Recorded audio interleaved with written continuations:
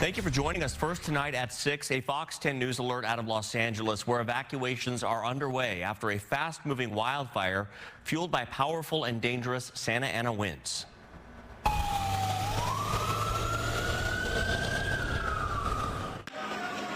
People living in Pacific Palisades are being told to leave their homes. That wealthy community along the coast has a population of more than 23,000 residents. Several homes have been damaged or destroyed. Many other buildings are threatened. They include an apartment complex and a nearby fire station that caught fire.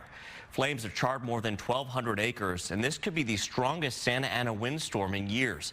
The National Weather Service says gusts could reach 80 miles an hour in Los Angeles and Ventura counties. No, we're going to take extra precaution and get out early. I got my dog and got what I could carry. Sunset's already backed up and people are fighting. This is a big fire. This is way bigger than we've seen before. The smoke is really dark and there's a lot of it. And that fire is burning 9 miles east of the Pepperdine University campus in Malibu. The campus is not being threatened by the flames at this time. All elementary, middle, and high schools in Malibu, they were closed today ahead of the winds picking up. Students from 3 campuses in the Pacific Palisades area have been relocated as a result of this fire. A number of drivers, they just ditched their cars on the roadways while they were trying to escape the flames. Things got gridlocked and they just decided to get out and walk. That is now preventing fire trucks from responding to the fire, or at least it was. Crews started using bulldozers to move the cars, which are also smashing and damaging the vehicles in the process.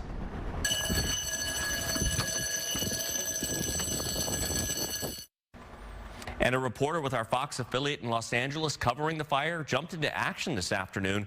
Matthew Seedorf and his photographer, they used garden hoses to try to protect a burning home here, but there was really nothing crews could do to save it. It's another home on Via Cresta. Winds are really picking up this afternoon. Looks like they have some sort of sprinkler system inside, but it doesn't look like it's working. You've seen at least 3 homes on this street, Via Cresta, in flames.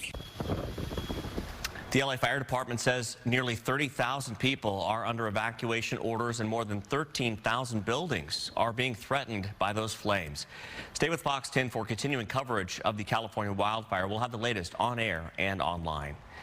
Winds are also a concern on the front lines of a wildfire here in Arizona in the Tonto National Forest. Crews have been battling the Horton fire for more than 3 weeks now. It's northeast of Payson.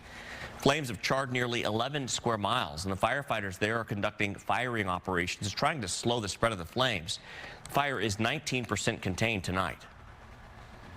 The winds that are forecasted to start later this evening and peak tomorrow are part of one of 3 low-pressure systems that's going to impact us.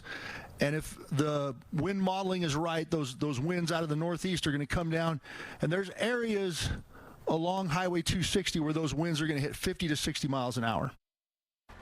Smoke and flames are visible from State Route 260, and more smoke is expected tonight and into tomorrow in Payson and surrounding areas.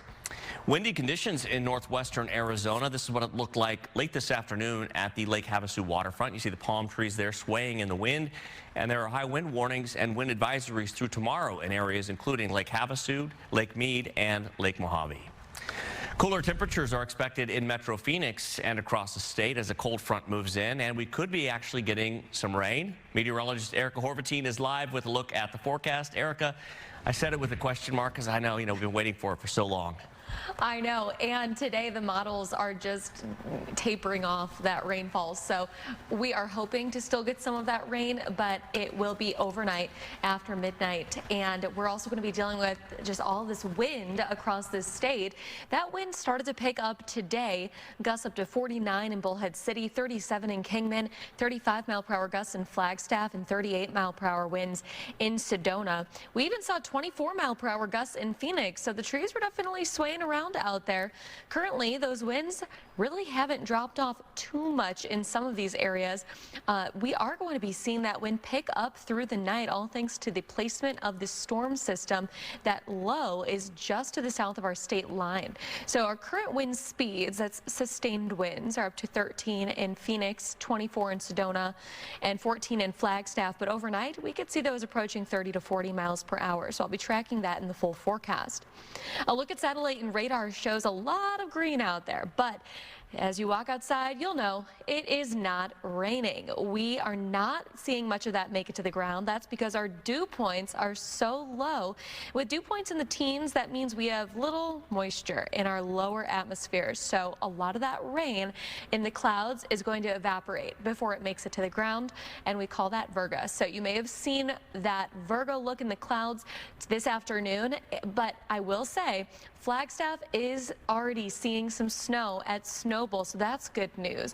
As we go through tonight, we will see those 30 to 40 mile per hour gusts for most of Arizona, and those winds are going to last through tomorrow. We'll also see the best chance for rain and snow to make it to the ground tonight through tomorrow midday, and the coldest temperatures are going to arrive over the next couple of days.